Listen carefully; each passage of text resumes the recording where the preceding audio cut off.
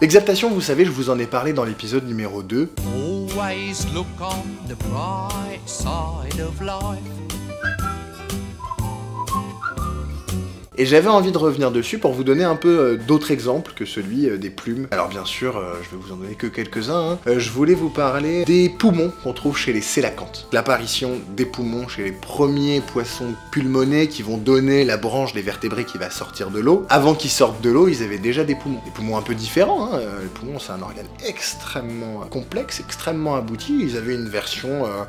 voilà, à l'ancienne, qui leur servait pas à respirer de l'air encore, qui leur servait à respirer de l'eau très peu oxygénée, principalement dans des lagunes. Et l'idée de l'exaptation, c'est que ton avantage évolutif devient vraiment gigantesque et se transforme dans un autre organe complètement différent au moment où tu prends ce qu'on appelle un coup de pression. En langage biologique, on appelle ça pression évolutive. Par exemple, ça pourrait être quoi, que ta lagune, elle s'assèche. Et du coup, une fois tous les 2 ans, une fois tous les 3 ans, pendant 6 mois, elle est complètement asséchée ta lagune. Du coup, les 3 mecs qui vont survivre, t'auras à les faire marcher leurs poumons. Et puis il y a que qui survivent. D'un coup, nouvelle utilisation de ton organe.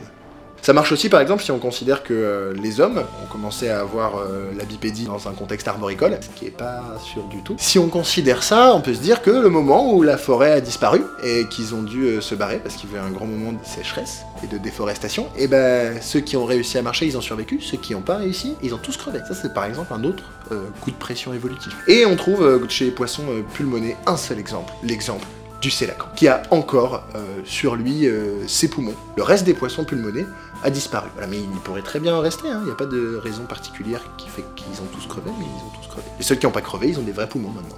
Là, le sélacanthe, il s'en sert pas, on appelle ça un organe vestigial. C'est un organe que t'as, mais tu t'en sers pas. C'est un vestige, quoi, comme notre coccyx.